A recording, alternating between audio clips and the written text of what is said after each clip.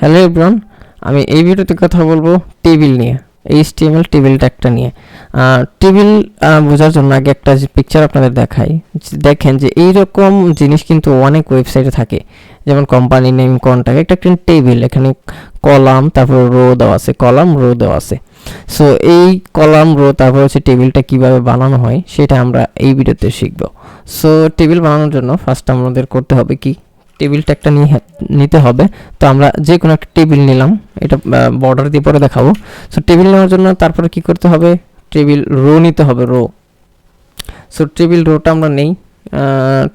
তো table row নেওয়ার জন্য এখানে লিখতে হবে টিআর, টেবিল রো হয়ে গেল।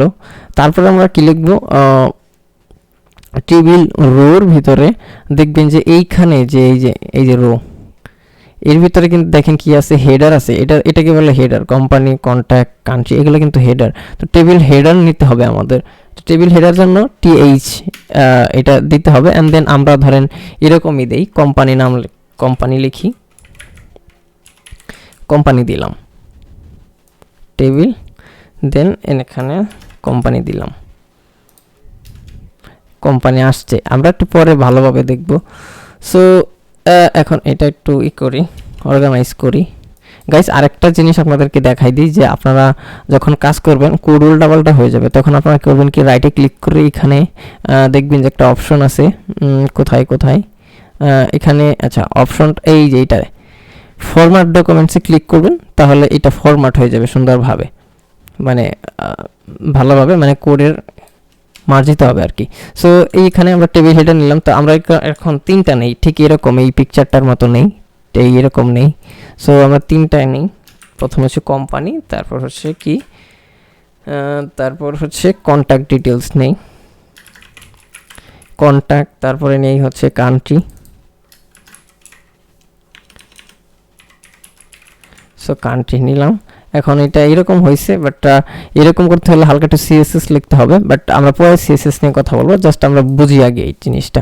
সো এখন কি, আমরা টেবিল হেডার নিলাম। এখন এখানে তো টেবিল কন্টেন্ট লাগবে, তাই না?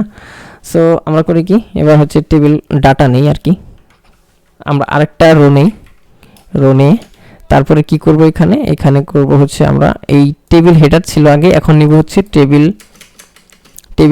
ডাটা আর কি, টিডি। সো টিডি নেই, সরি, টিডি নিলাম, টিডি টেবিল হেডারটা টেবিল ডাটা নিলাম। এখন টেবিল ডাটা কোম্পানি ধরেন কি দিলাম, যেমন প্রাণ আরএফএল কোম্পানি নিলাম, প্রাণ আরএফএল দিলাম, আমি একটা নাম দিলাম, যাই হোক এরকমভাবে দিলাম। দেখেন এই যে কোম্পানির নাম প্রাণ আরএফএল হয়ে গেল, লাইক দিস, এরকম হয়ে গেল। এখানে দেখেন, এখানে কোম্পানির নাম। সো এখন কোম্পানির নাম, তারপর হচ্ছে কন্ট্যাক্ট ডিটেলস, ঠিক এরকমভাবে আমরা কন্ট্যাক্টটা এখানে দেই, এই রোতে আর কি। সো আমরা টিডি নেই, আরেকটা কন্ট্যাক্ট দিলাম, কন্ট্যাক্ট যে কোনো একটা দিলাম কন্ট্যাক্ট। তারপরে দিলাম কি, তারপরে ধরেন কান্ট্রি দিলাম কি, এই যে কান্ট্রি। সে কান্ট্রির জন্য আমরা আরেকটা ডাটা নেই, টিডি দিলাম।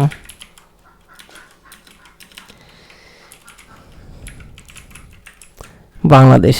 সো এরকমভাবে হচ্ছে আমাদের টেবিলগুলো হয়, টেবিল। এখন যদি আপনি চান যে এই লিস্টটা আরও বাড়াবেন, তখন আপনারা করেন কি, এখানে যে আপনি এইটা আবার আরেকটা নেন, এরকম ডাটা, দেখেন দুইটা হয়ে গেছে। সো এরকমভাবে আপনারা হচ্ছে এই টেবিলটা বানাবেন। এখন আমি দেখাই যে এটাতে একটু আমরা এক কাজ করি, একটু সিএসএস লিখি।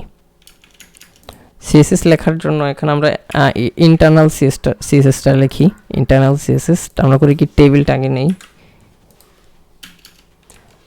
সো টেবিলটা নেই, হ্যাঁ টেবিল নেওয়ার পর টিআর নেই,